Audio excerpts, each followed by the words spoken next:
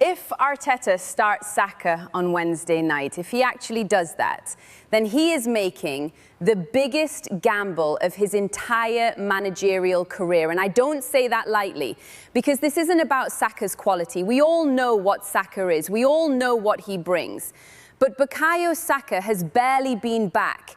He's been carrying an injury for weeks, and Arteta is seriously considering throwing him into a Champions League semi-final away at the Wanda Metropolitano against Diego Simeone's side. Think about that for a second, because I have. And the more I think about it, the more it unsettles me. Let me paint the full picture here, because I don't think people are grasping the scale of what Arsenal are walking into on Wednesday. Kai Havertz, gone. Forced off against Newcastle on Saturday. And with only a month left in the season, we're not talking about a minor knock. We're talking about the possibility that one of Arsenal's most important players has played his last game before the final stretch, before the games that actually define this season. Gabriel Martinelli, seen clutching his hamstring at full time, his availability is genuinely in doubt. Jurrien Timber, still not back, 6 weeks out with a groin issue he picked up against Everton in March, and we're still crossing our fingers about whether he's ready. Eberechi Eze, expected to be fit, but that word, expected, should terrify you, because in a semi-final away leg, expected to be fit is not the same as fit. 4 players, 4 uncertainty marks, going into the biggest game of the season. And somewhere in the middle of all of this, Mikel Arteta has to build a lineup. A lineup that can go to Madrid and actually compete. A lineup that can handle Atletico's pressure, their organisation, their transition speed. A lineup that gives Arsenal a real chance.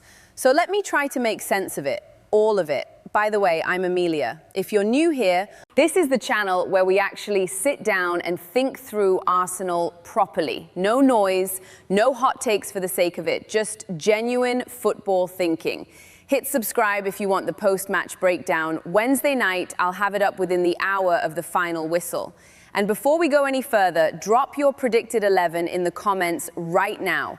Don't wait until the end, put it down, and then let's see how close we are. Right, let's start where I think everyone needs to start. And it's not with the players, it's with the system. Because here's what I think is being massively underplayed in the conversation this week. People are talking about Havertz's absence like it's a personnel problem, like Arteta just needs to find a replacement striker and everything carries on. But that's not what's happening here. Havertz leaving this lineup doesn't just remove a number 9, it removes the engine that makes Arsenal's entire press function. Think about what Havertz actually does. He's not just a striker, he's the first line of defense. He's the player who decides when Arsenal press and when they hold. He sets the tempo from the front. When Havertz steps, Rice and Zubimendi follow. When Havertz drops, the midfield can breathe. He's a reference point. He's a coordinator in the press. Without him, who does that? Gyökeres? Victor Gyökeres is a finisher. He's a goal threat. He's explosive in the box. But he's not a press coordinator. He doesn't have that instinct, that tactical intelligence to trigger an organized press against a side as disciplined as Atletico. And Atletico will absolutely exploit that. Simeone's teams are built to punish broken presses. If Arsenal's press loses its shape, even for 5 seconds, Atletico will go in behind. And they are absolutely lethal on the counter. So this isn't just about goals. This is about Arsenal's entire defensive structure being disrupted by one injury. That's how important Havertz was to this system. And that's the problem nobody's really solving yet. Does Arteta shift the shape? Does he drop to a deeper block and ask Rice to protect more centrally? Does he ask Odegaard to carry more of the creative burden in transition? None of those answers are clean. All of them come with compromises. And in a semi-final, compromises cost you. What do you think? Can Arsenal press effectively without Havertz leading it? Because I'm not sure they can. And if they can't press, how do they stop Atletico from just sitting deep and hitting them on the break all night? But here's where it gets even more serious, because the system problem is one thing. The individual decisions Arteta has to make are something else entirely. There are 3 calls on Wednesday that I think will define Arsenal's night, and getting even one of them wrong could end this tie before it's even really started. The first one, Bukayo Saka. We've already talked about the gamble, but let me go deeper on this, because actually, I think Arteta might be asking himself a question that has no good answer. If Saka starts and breaks down not just in this game, but picks up something that keeps him out for weeks, then Arsenal lose arguably their best player at the most critical point of the season. The Premier League run-in, the second leg, potentially a final. The cost of that would be almost impossible to recover from. But if Saka doesn't start, if Arsenal go to the Wanda Metropolitano without their most dangerous wide player at full capacity, what does the attack actually look like? Eze on the left, yes. Eze has been brilliant lately, genuinely brilliant. But Saka from the right is a completely different threat. His ability to cut inside, to get to the byline, to draw fouls in dangerous areas that scares Atlético in a way that maybe nothing else does. So Arteta is basically choosing between 2 versions of a bad situation. Start Saka and risk everything. Leave him out and blunt the attack. I don't envy that decision, I really don't. The second call. Right back. Timber is getting closer. That's what we're being told. But getting closer and ready for the Wanda Metropolitano are very different things. And if Timber doesn't make it, Christian Mosquera starts at right back again. Now, I want to be fair to Mosquera. He's young, he's been thrust into a situation nobody expected, and he's been decent in some moments. But Atlético are specifically going to target that right channel. Simeone's set up the press-resistant structure. The physicality on the wings is designed to find spaces exactly where Mosquera will be weakest. His positioning under pressure, his ability to hold a line when being run in behind, his one-on-one defending at this level. These are not certainties. And in a 2-legged tie, one bad 20-minute spell from your right back can cost you everything. The question isn't whether Mosquera is a good player. The question is whether he's ready for this specific test. And honestly, I'm not convinced. The third call, Viktor Gyökeres as the starting striker. This one might be the most debated. And here's my honest position on it. Gyökeres against Newcastle was mixed. That's being generous. He worked hard. He caused some problems. But he didn't look like a striker ready to carry Arsenal's attack in Europe's biggest knockout game. He didn't have that calm, that presence, that sense of inevitability that you need when you're leading the line in a semi-final. Now, some people will say, well, Newcastle away is different from Atlético away. Different mindset, different context. And that's fair. Players respond to big moments differently. But my concern is this. Atlético's defensive structure is one of the best in world football. If Gyökeres can't find his rhythm, Arsenal have no plan B through the middle. And that puts everything on the wingers. Which one of those 3 decisions worries you most? I'll tell you mine in a second. But first, let me show you what I'd actually do. This is what I would pick, and I want to explain every single decision. Because this lineup isn't random. Every choice is connected to a logic. And that logic is, how do Arsenal be hard to beat first and dangerous second? In goal, David Raya. That's simple, no conversation needed. At right back, Mosquera. And I know I've just spent 5 minutes outlining why that worries me, but it's still the call, because risking Timber when he's not fully ready could end his season, and a fit Mosquera, even with his limitations, is better than a compromised Timber. Centre-back, Saliba and Gabriel. This is actually one area where I feel genuinely comfortable. William Saliba has been one of the best defenders in Europe this season, and Gabriel alongside him, that physicality, that aggression in the air against Atlético's set-piece threat. You need both of them at their absolute maximum. These two cannot have an off night. but I trust them more than almost any other partnership in European football right now. Left back Hincapié. He was impressive against Newcastle. He settled into this role in a way that nobody quite expected. I like him here. He gives Eze options on that left side. And defensively, he doesn't gamble the way some left backs do. Solid pick. Midfield. This is where I want to spend some time, because I think this midfield three has to do something unusual on Wednesday. Martin Zubimendi at the base, Declan Rice in the 8 role, Martin Odegaard at 10. That's the shape on paper. But the reality of what these three need to do is complicated. Without Havertz pressing from the front, the midfield has to decide.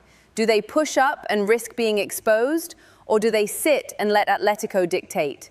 I think Zubimendi's job is to stay deep, almost sweeper keeper in terms of his position, and protect the space in behind, because Atlético's forwards will look to run that channel. Rice needs to cover the ground between Zubimendi and Odegaard. He can do that better than almost anyone in world football. And Odegaard, he has to be the spark. He has to be the one who creates the chaos in midfield that pulls Atlético out of shape. But here's the thing that's a huge ask of Odegaard in a defensive structure. He's being asked to both protect and create. And if he's pressing bodies in a defensive block, he's not finding the pockets of space that make him truly dangerous. This is the tension that this lineup creates. And I don't think there's a clean solution. Now, the attack. And I'll start left to right for a reason. Eberechi Eze on the left. Look, Eze has been the revelation of Arsenal's last few weeks. His movement, his intelligence in that half space, the way he identifies when to drive and when to combine, it's been genuinely exciting to watch. And against Atlético, who defend a low block but leave the half spaces available, if you time your runs perfectly, Eze could be the key that unlocks them. I love this pick. Victor Gyökeres through the middle. And here's my honest answer to the question I asked earlier. My biggest concern of the three. If I could wave a magic wand, Havertz is fit and he starts, but he's not fit. And the alternative options, Trossard as a false 9, Odegaard pushed forward, all carry bigger risks systemically. So Gyökeres it is. But I need him to understand his job on Wednesday is not just goals. His job is to give Arsenal a focal point, to hold the ball up when the midfield needs a reset, to run the channels and create space for Eze and Saka. If he does that, even without scoring, he's done his job. And then, last player, on the right, Bukayo Saka. Yeah, I'd start him. And I know the risk, I've talked about the risk. But this is Arsenal's Champions League semi-final. This might be the biggest game of Saka's career so far. And I genuinely believe that if Saka is even 80%, even 75%, he makes Arsenal more dangerous than any alternative on that right side. Noni Madueke hasn't had the minutes. He doesn't have the relationship with the players around him in the way Saka does. And Arteta knows it. So yes, Saka starts. But, and this is crucial, I'd have a plan for minute 60. If he's showing any signs of fatigue, any hesitation, any discomfort, he comes off. Martinelli is on the bench as a finisher, Trossard too. The bench has quality. But the plan has to be Saka for 60 minutes and then protect him. Not Saka for 90, not in this stadium. Would you change anything in that lineup? Let me know, especially what you do with the right side, because I think that's the most contested position of all. And this is where it gets really interesting, because picking the lineup is only half the job. The other half is understanding how this game might actually play out. And there are two scenarios I keep coming back to. The first one, the good version. Eze and Saka between them create enough chaos in Atlético's wide areas that the low block starts to crack. Atlético are not unbeatable. Their defensive structure relies on their shape staying compact. If Arsenal can stretch it left and right simultaneously, which this lineup technically can do, gaps will open through the middle. Odegaard finds those gaps. Gyökeres is in the right place. Arsenal score 1, maybe 2. And suddenly, Atlético, who are not great when they're chasing a game, are in trouble. That's the dream version. And I think it's genuinely possible. The second one, the one that keeps me up. Mosquera has a nightmare 20 minutes somewhere in the first half. Atletico isolate him. They exploit the space behind him.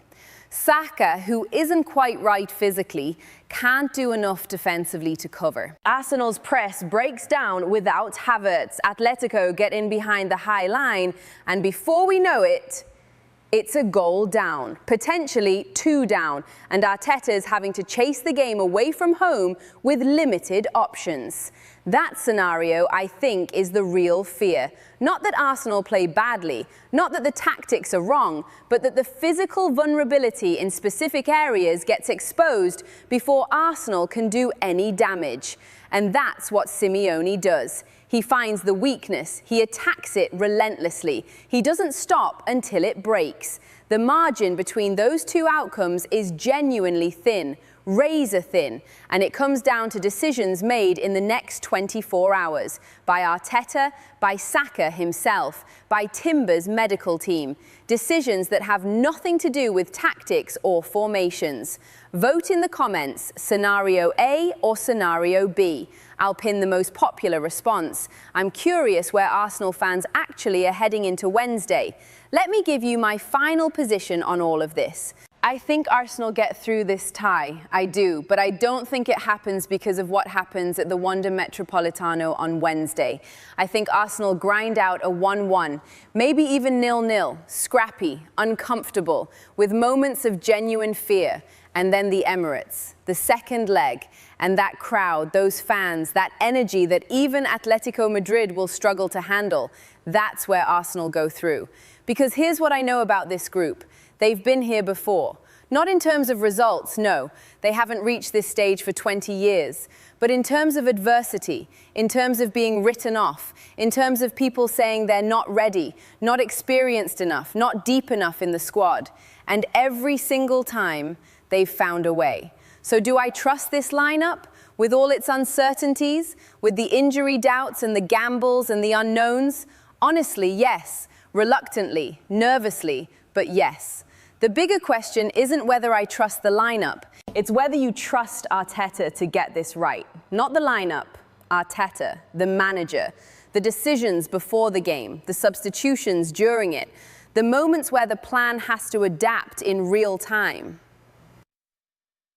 Without Havertz, without certainty, without comfort. Do you trust him? Leave it in the comments, yes or no, and tell me why. Because that, honestly, is the only question that matters right now. Everything else, the formations, the player picks, the scenarios, all of it sits underneath that one thing. Does Arteta get Arsenal over this line? Does this group, in this moment, with all of this uncertainty, reach a Champions League final? I'll be back Wednesday night with the full breakdown. Whatever happens, come and find me there.